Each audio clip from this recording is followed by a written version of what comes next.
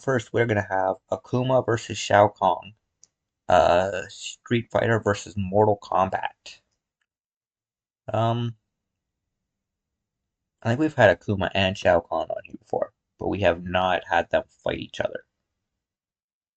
Honestly, though, I think Akuma's probably got this. That Raging Demon it's nothing to laugh at, man. So we're gonna cast my vote for Akuma. I don't really know much about either character. I like Mortal Kombat, but I don't really know the story. Um, I've gotten a bit more into the story now, but back when I first started playing, it was in a time where I liked fighting games and I wanted to I cared less about the story and more about like the arcade ending. You know what I mean? Like every character in a fighting game, most fighting games anyways, you would play through like a tournament or like a bracket, take on like 10 enemies or something like that. And then at the end of that 10 enemies, or at the end of like 9 enemies or something, the 10th enemy would be like the final boss of the game. You beat him, and then you get like an ending. It's like a non-canon ending for like every character ever. Like like the T800 in the one Mortal Kombat 11, I think it was. Oh, sorry, I had to plug in my laptop and that's what we plugged in. But yeah, Mortal Kombat 11, the T800, he had an ending where it's like he like destroyed the hourglass and everything because he couldn't make a world where it was peaceful between humans and robots and shit. And then he like threw himself into a blood sea. I don't know. I like those kind of things. So I was more interested in that than the story at the time. And I never really played Street Fighter. So I'm really a big Street Fighter fan. So like I said, don't really know much about either character, but what little I do know and what little I've seen in Death Battle, I think Akuma. I'm gonna cast my vote for Akuma first off. Um, so yeah, let's get into this, I guess. The Union will assault Los Angeles in 48 hours. And we have... Uh, This will be the end of the... HBO Max original.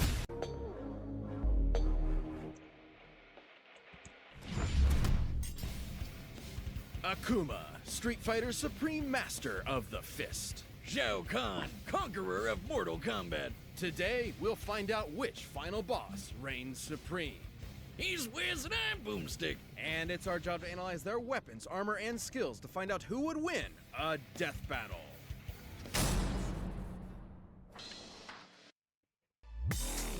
Wow, really? An ad right away? Fuck off.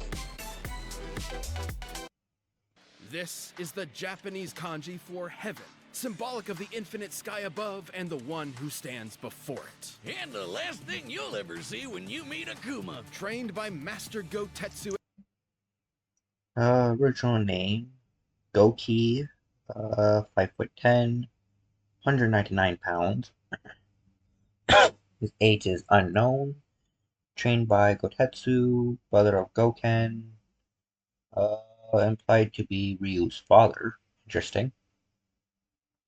Self-proclaimed master of the Satsui no Hado.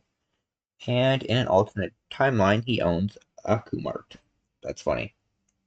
At an early age, Akuma was practically born into the ways of fighting. He and his brother Goken were taught the form of Ansatsuken, literally meaning the assassination fist. You know how everybody says martial arts are all about meditation and being zen and all that other boring shit? Well, Ansatsuken ain't like the other guys. It combines judo, kenpo, and karate into a unique style that's all about murdering your opponent as fast as possible. Hell yeah! Unfortunately, the brothers' views on their training greatly differed.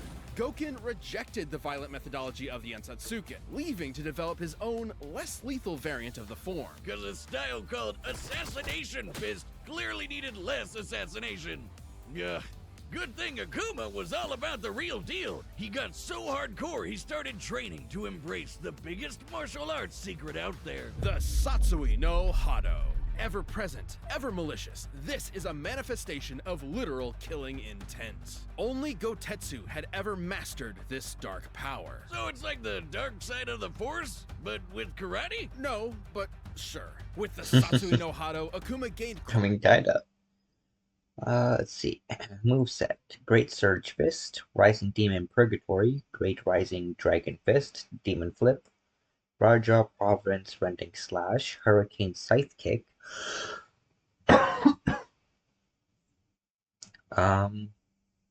Demon Armageddon, Cranium Crush Killer, Satsui no Hado, Raging Demon, Limited Telepathy, and Manifest as Oni. Great power at the cost of all compassion. This is the power of monsters. More like winners! Akuma got so good he challenged his master and killed him Sith style. With his ex-master's beads around his neck, he declared himself the new master of the Satsui no Hado. Obviously, this destroyed his relationship with Goken. The two brothers' destinies, let alone ideologies, were irreparably torn apart. But who cares when Akuma's perfected all the abilities of an overpowered Shoto character, and then some? He can rain down Go Hadoukens, teleport with the Ashura Senku, and take you for a whirl with the Tatsumaki Zankyukaku. And if Akuma ever wants to take things up a notch, he can summon forth the Kongo Kokoretsuzan, a geyser of pure energy strong enough to sink an island.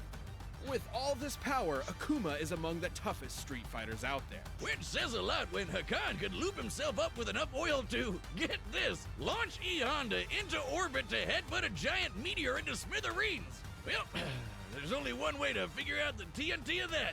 I've got the oil whiz, get ready to launch. Oh, that's okay. I've already done the math. It's over 500 trillion tons. Oh, can we still do it though? Fine. But did you know Akuma's also traded blows with some of the folks from Final Fight? I guess they're Street Fighters too. And the Macho Mayor Mike Hagar can pile drive people so hard, it makes an explosion you can see from space. Compared to the blast size to Earth diameter, this explosion must have a yield of over 120 teratons of TNT. That might seem pretty nuts, impressive. but hey, Akuma's done the same kind of thing. No wonder the only guys who can match him are badasses like Goken.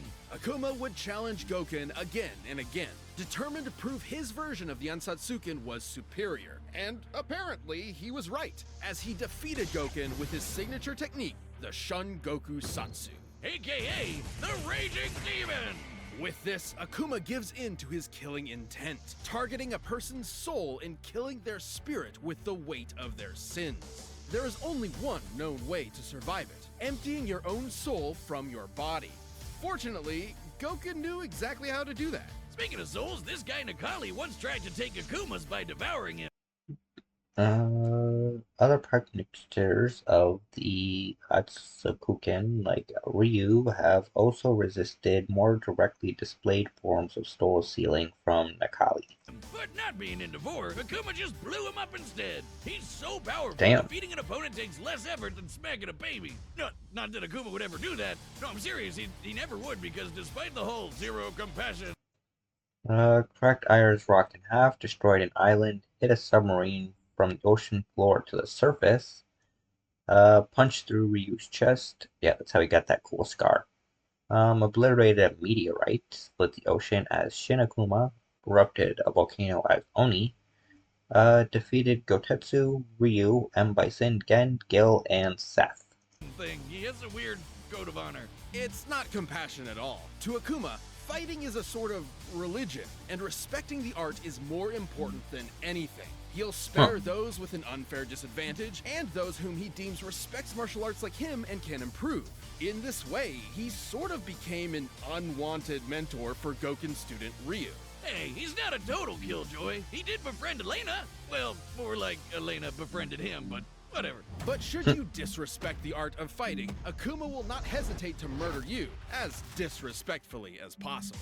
Like when he jumped that a-hole and Bison so fast he killed him in one shot. And Bison was quick enough to Whoa, hold on. Did he jump him during the credits? Respectfully as possible. Like when he jumped that a-hole and Bison so fast he killed him in one shot.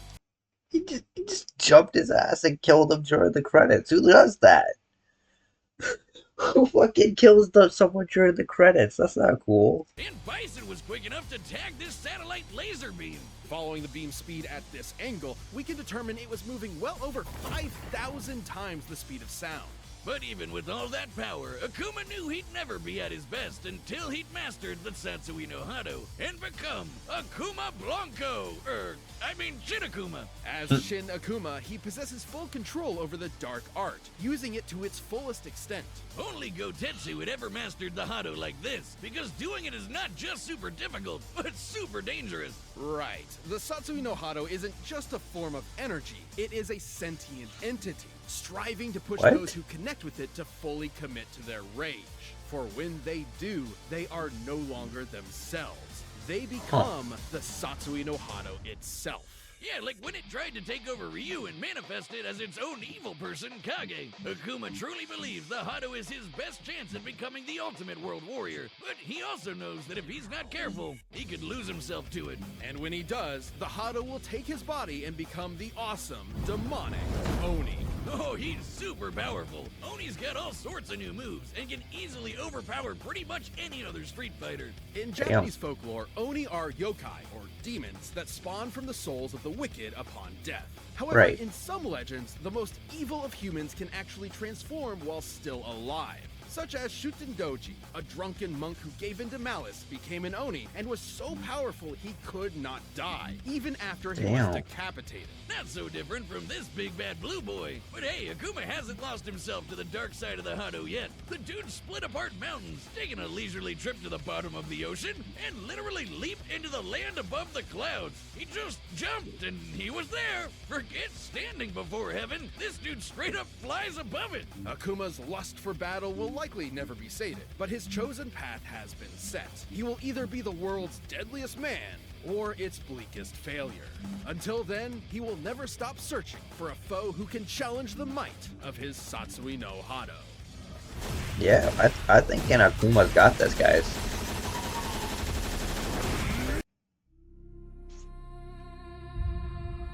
Alright, so that was actually a decent time for an ad, right at the end of the breakdown.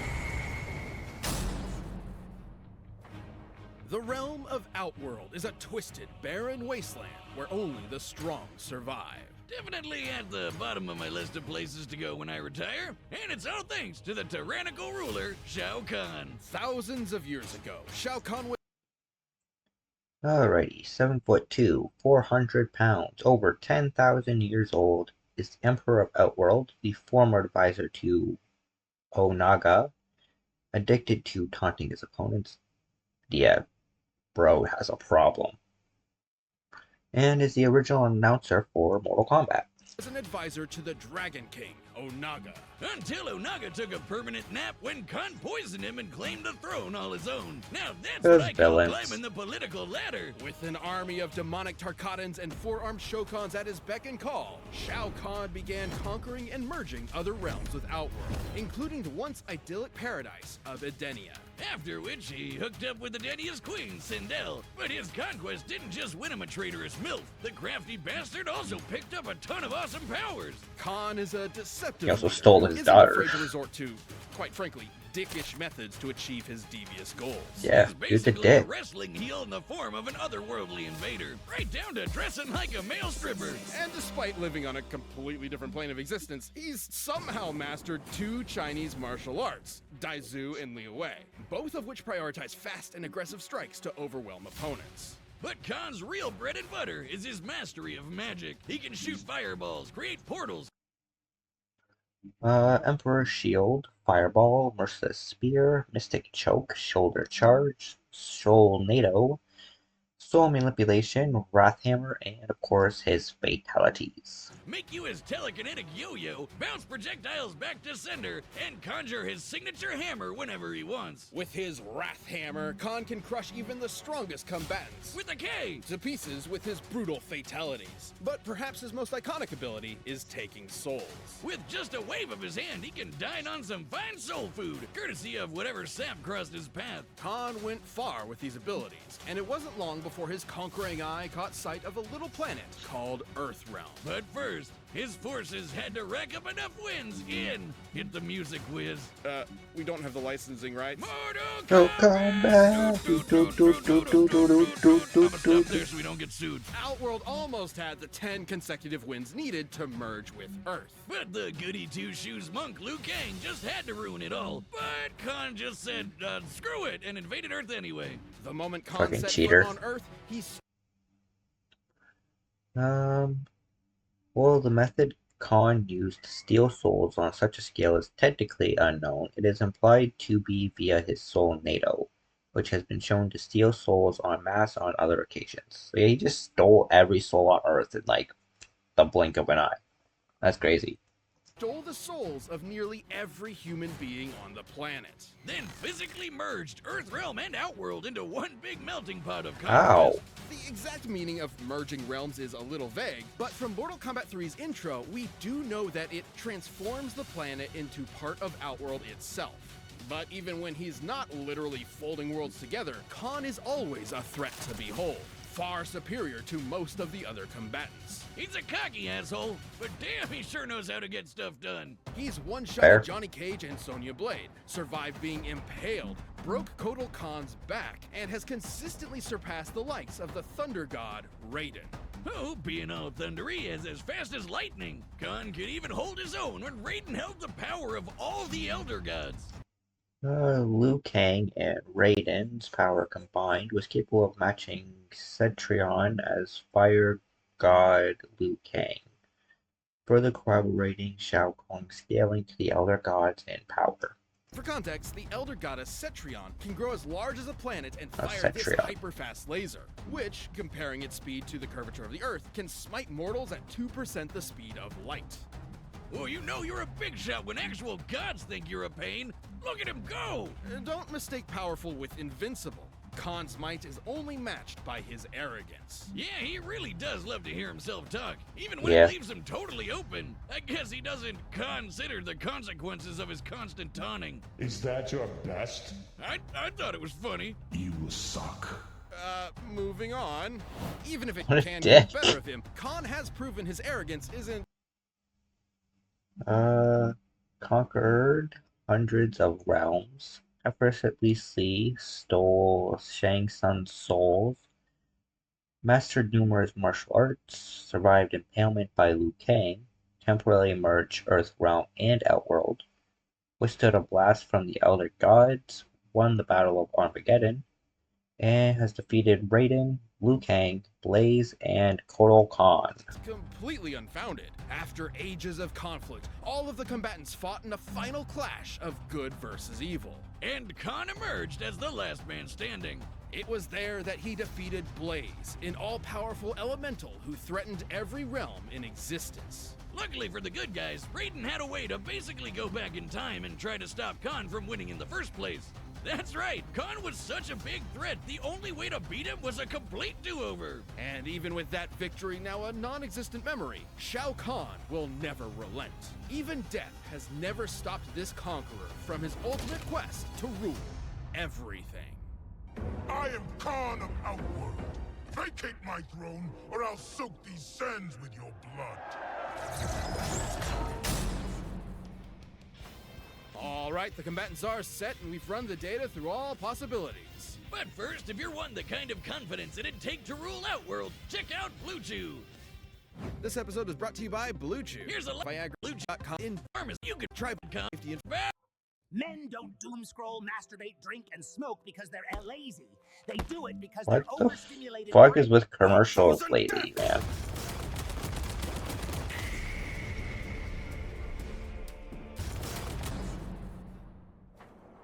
Die 1,000 deaths!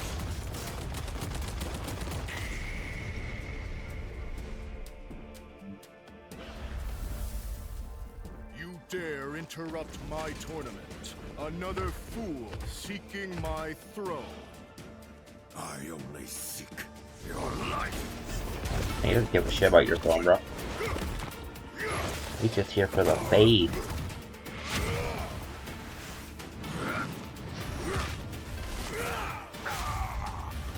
So all this guy lives for is throwing hands all day, every day. Oh, that's not good. Oh, that's gonna probably hurt. You will die. Death is beneath me.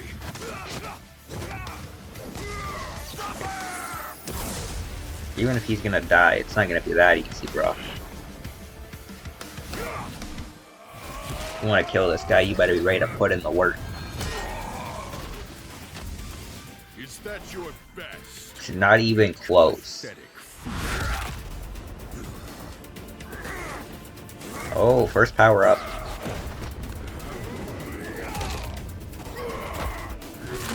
Oh! Oh! Akuma's not doing so hot. It's mine. No, the Satsui no Hado is mine.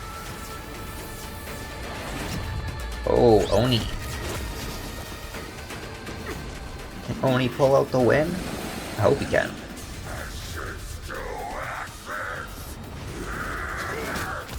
Yeah, give him the fucking hands. Damn, piecing him up.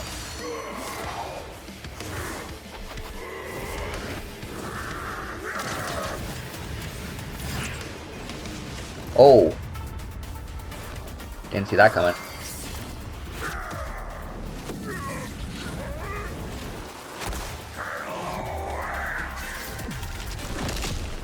Oh, did you get him?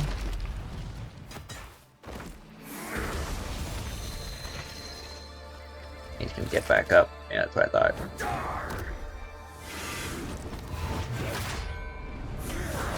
Raging Demon? Raging Demon. Oh, what? The wrath of Shao. Oh, shit. Oh! Oh, damn, he got him. Flawless victory. Not even close. That was not flawless at all. Now that's what I call a fatality! With the power of the Satsui no Hado, Akuma was a unique challenge for Shao Kahn. Yeah, like how he resisted Nakali suggests Khan couldn't have just yanked his soul away so easy. And Akuma's level of power was nothing to scoff at either. Akuma's biggest hits were way stronger than you'd think, blasting apart meteors and making explosions seen from space. But Yeah. Khan survived blasts from beings even more powerful than that, like the Elder Gods, who can grow to the size of planets. And remember Blaze? He could destroy all the realms, and even did in one of his endings. And while Blaze's story ending isn't canon to the Mortal Kombat universe in and of itself, it is still an example of what could happen in canon. And Khan whooped that red-hot ass. While we do not have an exact time frame for Blaze's destruction of the realms, destroying Earthrealm alone would require at least overcoming Earth's gravitational binding energy, or about 47.8 zetatons of TNT. Over 300 million times the power of the Teraton explosion from Akuma's lineup. And keep in mind, when Khan merges realms, he is literally morphing an entire planet into Outworld itself. This means it makes sense he could defeat Blaze, because he already commands a similar level of power. But I know what you're thinking. What about the Raging Demon, Akuma's awesome finishing move? Shao Kahn has racked up more than enough sin in his time for it to totally murder Oh, yeah. his soul. There was always a possibility that Akuma would get a lucky hit in with the Shungoku Satsu. However, given Khan can keep up with the likes of Elder Gods and their space lasers, he could certainly keep pace with Akuma. And sure, Khan's an arrogant son of a bitch, but he knows when to get serious. If his arrogance was that big of an issue, he wouldn't have conquered so many realms. Both Akuma and Khan were among the best of the best in their respective worlds, but this match ultimately came down to who would land their killing blow first. Shao Kahn's overwhelming power, mystical abilities, and treacherous strategies were enough to claim this victory. Outworld's Emperor was the only one who could surpass Akuma. The winner is Shao Kahn.